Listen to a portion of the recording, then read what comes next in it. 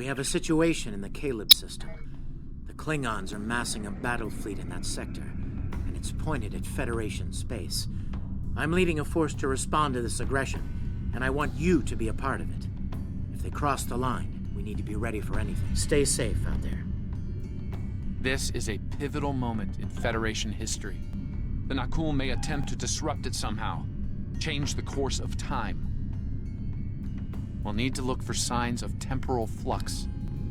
If they show up, we'll need to deal with them, no matter what. And so it's off to war. For the successful completion of this mission, we are awarded with an array of offensive options from photons to phasers. Admiral Garrett's plan is to curtail a major Klingon offensive at Caleb 4, a battle remembered by an elderly corps in the DS9 episode Once More Unto the Breach.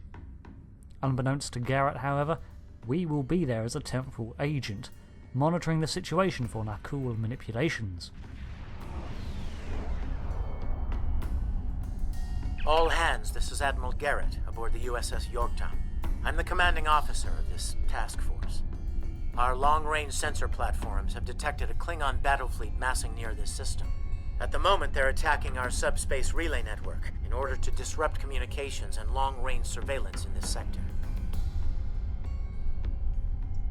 We have the Klingons outnumbered at this time. Should they abandon reason and follow a standard attack doctrine, fire to disable their ships if possible. A strong show of force should send them back to their side of the line. All ships go to yellow alert. Garrett out. There are a lot of Starfleet ships here of many classes. Garrett has marshalled quite the force, but when dealing with the Klingons, sometimes force is required to deter further aggression. It is their way to test an opponent with conflict to better understand them, and in this time, not too long after the Klingon War, tensions are high between the two superpowers. The Klingons are messing with our long-range comms, so this offensive should amount to an effective slap on the wrist. The battle is quickly joined with the Yorktown commanding the charge. Our fleet vastly outnumbers the Klingons' D7s, which themselves are mighty warships, but the odds are stacked against them. Almost immediately, a Klingon vessel falls to the combined fire of the fleet. The Klingon formation is breaking. All ships, give chase. The Klingons are scattering, an option they never take lightly, as retreat is often seen as a sign of weakness, even when it's the prudent option. The fleet quickly rallies to give chase. After all, they are in our territory and we must make sure to drive them away again. It seems in my haste I have rather outpaced the fleet in my pursuit of the enemy. Oh well, I'm sure I can weather a few hits from a couple of beleaguered Klingon vessels. Let's finish them off, shall we? I target the weakest vessel with the intent to, how do you say it, neutralise it, when twin flashes in the distance mark the arrival of two more Klingon ships as they erupt from the physics-defying extraluminal velocities to reinforce their brethren. Good job I brought some friends of my own.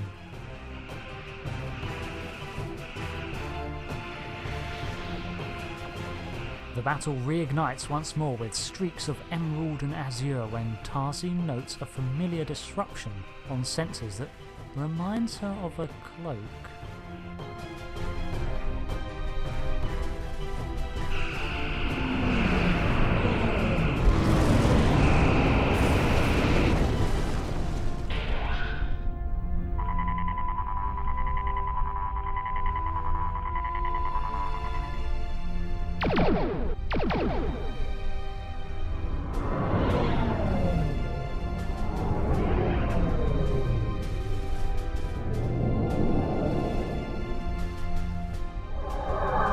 Ships.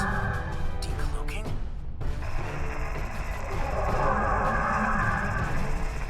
All ships, this is Garrett. Execute battle plan Sigma 4. Repeat, execute battle. Concentrate fire on the cruisers. We need to protect them.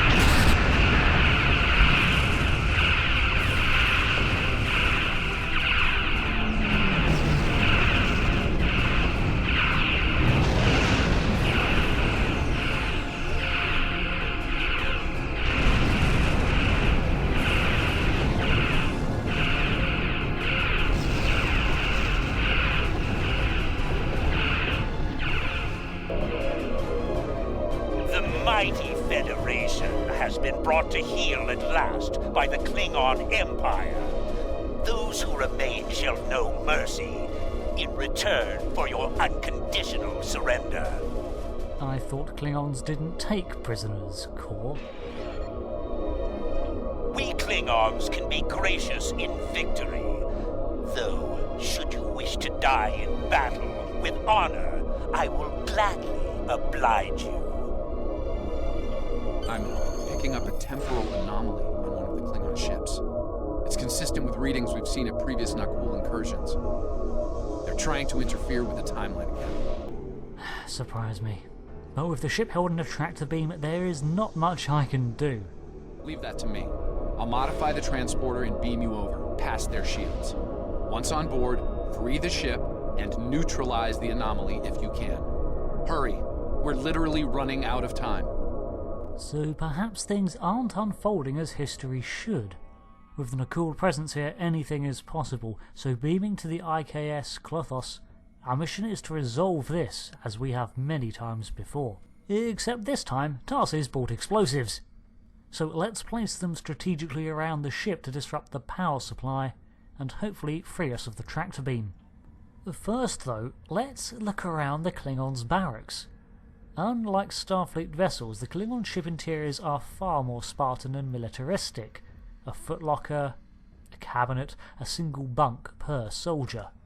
Still, at least they have screens separating the cubicles, but there are no personal possessions on display, aside from the trophies and the Klingon sigils around the rooms. First stop is an engineering room, which likely regulates power to ship systems. Sounds like just the right place to introduce a little irregularity. The firefight is brief, but rather noisy, so we waste no time in deploying the charge, and it's rather big. Where were you hiding that? This is the captain. There are intruders in the engineering section. Eliminate them immediately. Yeah. The elements of surprise really wasn't going to last, what with all the phaser fire and explosions going off. Still, it made one room easier to clear, I guess. Reaching the end of the corridor, we find our progress barred by some form of emergency lockdown. We can blast our way through, but kiss our stealth goodbye. No time for anything else. I don't care about property damage to Klingon ships. A quick blast from the phaser rifle and the door springs open. A science lab is next, also sealed, and Tarsi notes it's probably the only one on a vessel of this size. Well, this vessel is still rather large, so I'm not certain if this is a jab at the Klingons' science departments. Though one unnerving detail, why so many person-sized biobeds in a science lab?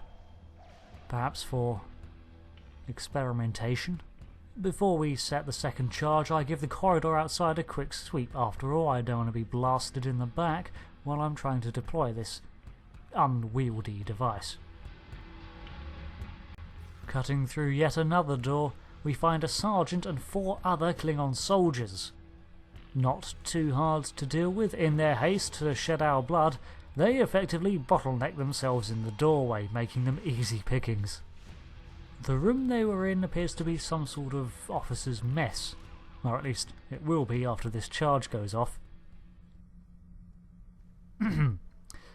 Moving on through the ship. We still need to find and disable the tractor beam.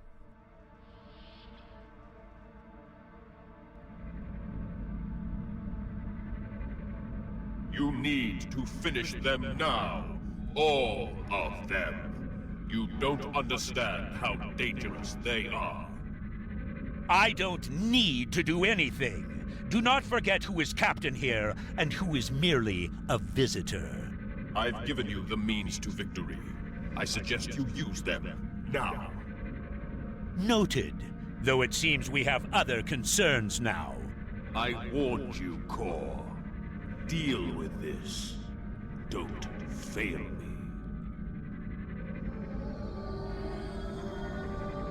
Well, well. I was hoping for Kirk, but I got you. Pity. So you're the Federation globflies who found their way onto my ship. A bold maneuver, to be sure.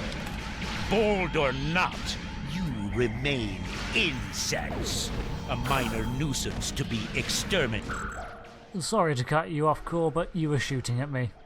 But that wasn't an Akul he was speaking with.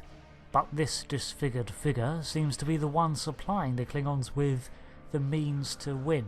Knowledge from the future? Technology? Cloaking devices, maybe?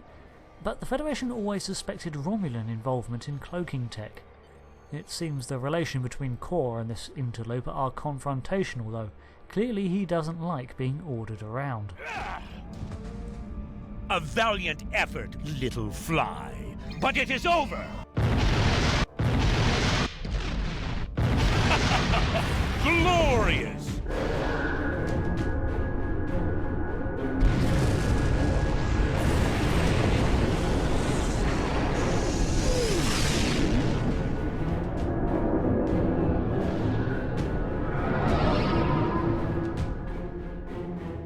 Well, we're free, and the IKS Klothos is disabled, but so is our warp drive.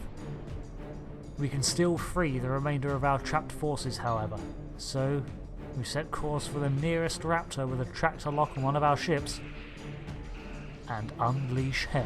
This is Garrett. We're outmatched here. Disengage under best possible power. We free the Yorktown, which is well enough, as this Constitution-class starship, according to Memory Beta, goes on to be retrofitted into the Enterprise A. Well done. Thanks for the help. Nice work. I owe you one. Make for heading 265 Mark 10. Best speed. Run while you can, Starfleet. You won't get far.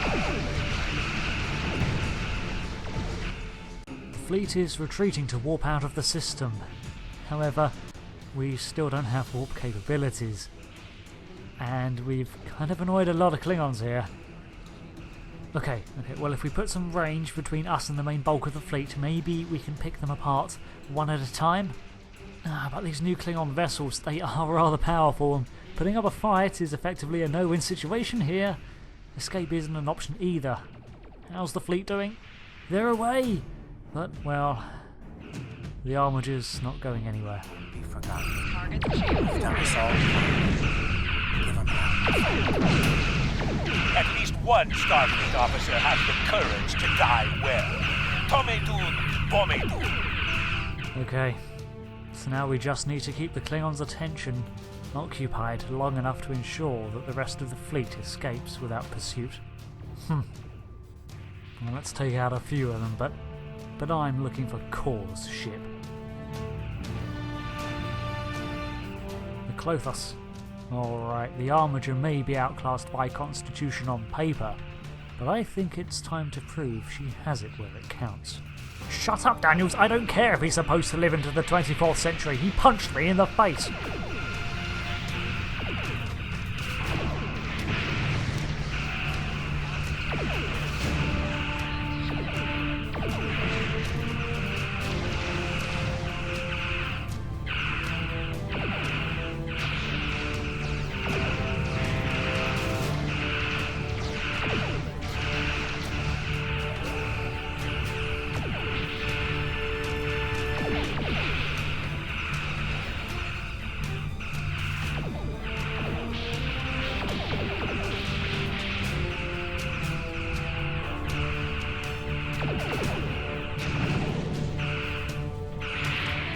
Come on, Core, you pata.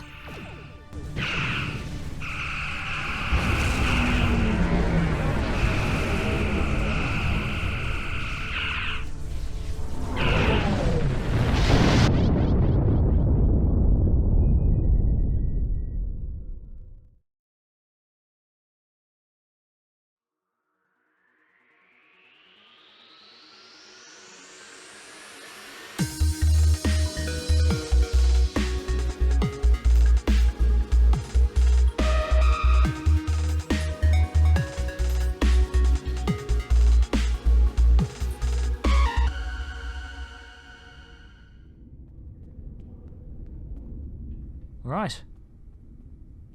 Where's the pub?